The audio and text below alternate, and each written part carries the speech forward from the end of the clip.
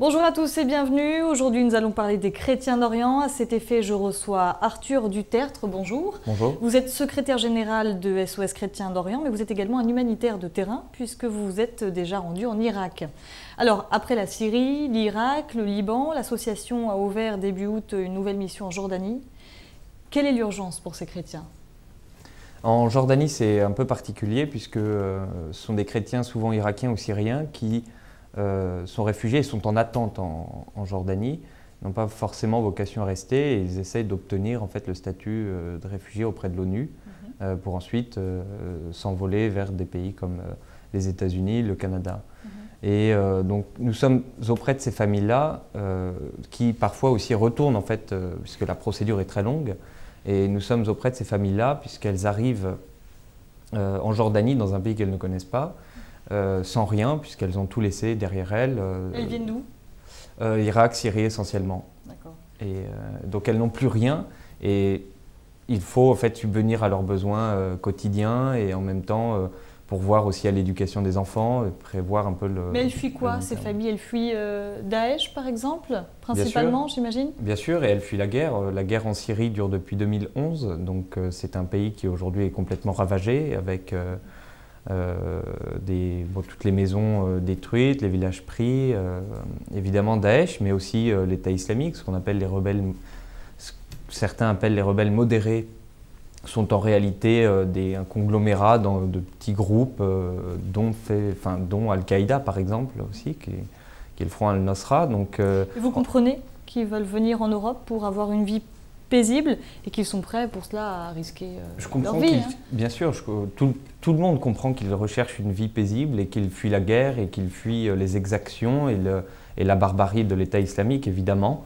Après, ils ne viennent pas en Europe véritable. Enfin, c'est pas l'Europe qu'ils viennent chercher véritablement. C'est d'abord une fuite.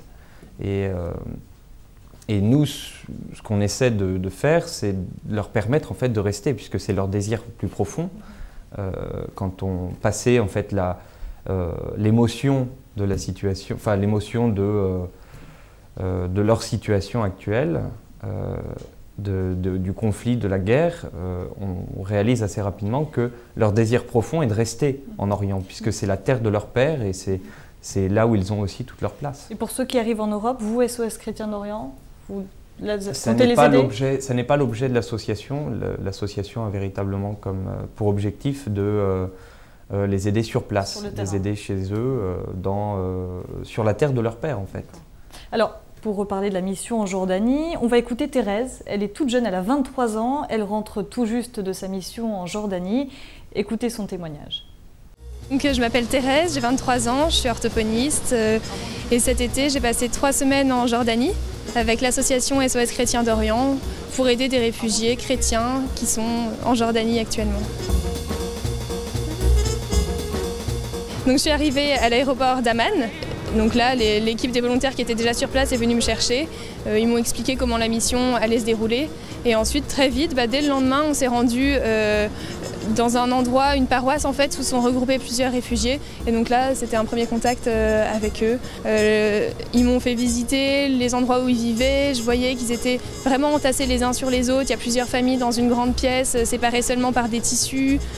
Du coup, ils sont dans une situation assez précaire, ils manquent de nourriture, ils vivent vraiment au jour le jour. Ils nous disent tiens, demain on a trouvé une solution pour manger demain midi, venez manger avec nous. Voilà, ils nous disent on vit au jour le jour, on ne sait pas après-demain ce qu'on va manger, mais demain on a quelque chose, donc venez avec nous, partagez notre repas. Ils manquent de médicaments, ils manquent d'eau, ils nous disent ça fait 3 jours qu'on n'a pas d'eau, peut-être qu'on en aura demain. Et ce que j'ai constaté là-bas et qui est terrible et qui est peut-être le plus terrible pour eux, c'est l'inactivité parce qu'ils n'ont pas de travail, ils ne peuvent pas travailler en Jordanie parce qu'ils n'ont pas de permis de travail. La première aide qu'on leur apporte, c'est de l'aide d'urgence. Donc on va dans les familles, on évalue la situation, combien de personnes vivent ici, de quoi elles ont le plus besoin, elles nous disent. Et donc en général, le lendemain, on revient avec de la nourriture.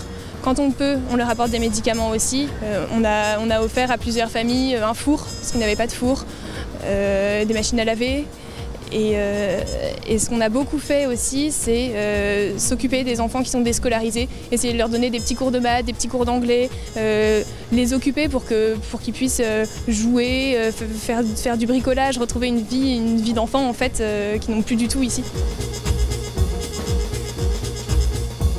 J'ai passé 3 semaines tous les jours avec eux, donc forcément ça marque. Et puis j'attendais ces rencontres depuis longtemps, donc on peut pas oublier, je peux pas oublier ce que j'ai vu là-bas.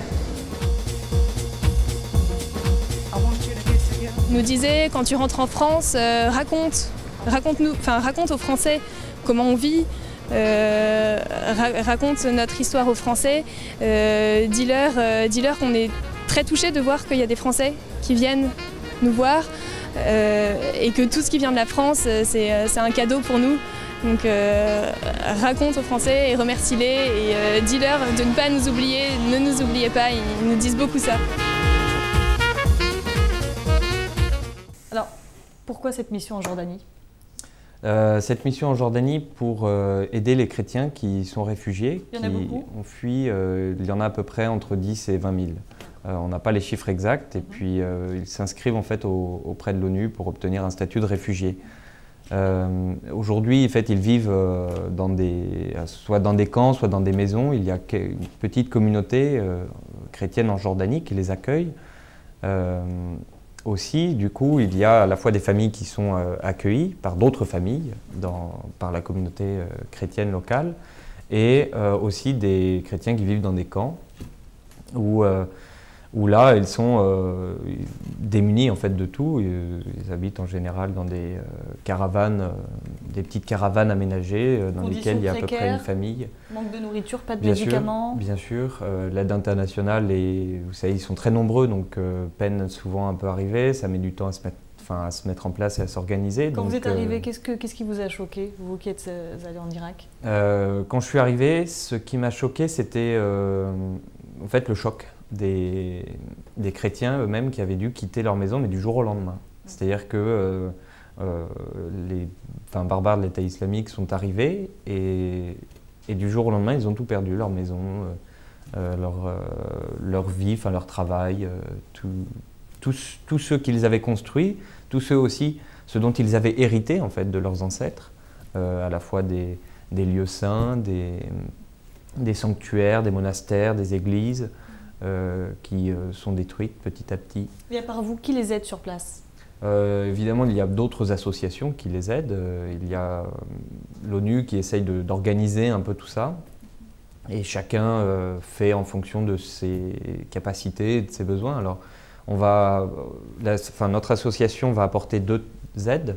Une aide à la fois d'urgence, donc tout ce qui peut être nourriture, médicaments, eau, éventuellement des vêtements aussi pour passer l'hiver ou des couvertures, des chauffages, en fonction des besoins. Donc là, c'est au jour le jour, on évalue ce qu'il faut et puis on essaie de l'apporter le lendemain ou le jour d'après en fonction. Combien de volontaires par mission ?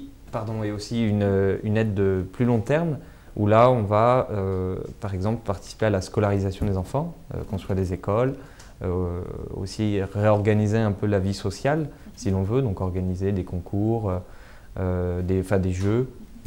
Leur donner un peu de bonheur, c'est ce que nous disait Thérèse Absolument. dans le reportage. D'ailleurs, qu'est-ce qu'ils vous disent, ces réfugiés ? Ils ont conscience de leur situation ?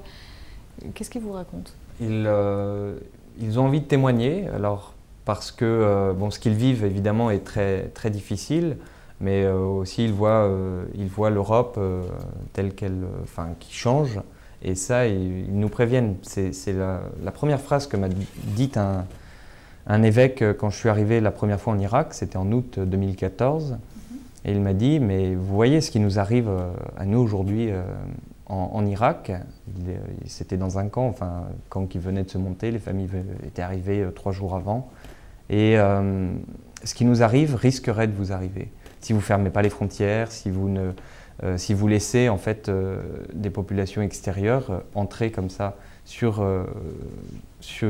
en Europe, ce qui nous arrive risquera de vous arriver. Et on l'a vu avec malheureusement les attentats récents et puis les événements aussi avec la vague de réfugiés qui arrive. et revenir en France et témoigner de ce qui se passe, de ce qui leur arrive, évidemment. Et donc ça participe évidemment à mobiliser la société française, et on le voit, il y a des maires qui se sont mobilisés, ça a aussi mobilisé des politiques. Donc c'est en train de faire son chemin et de mobiliser le cœur des Français. Merci Arthur Dutertre d'avoir répondu à nos questions, Merci et à vous. merci à vous de nous avoir suivis.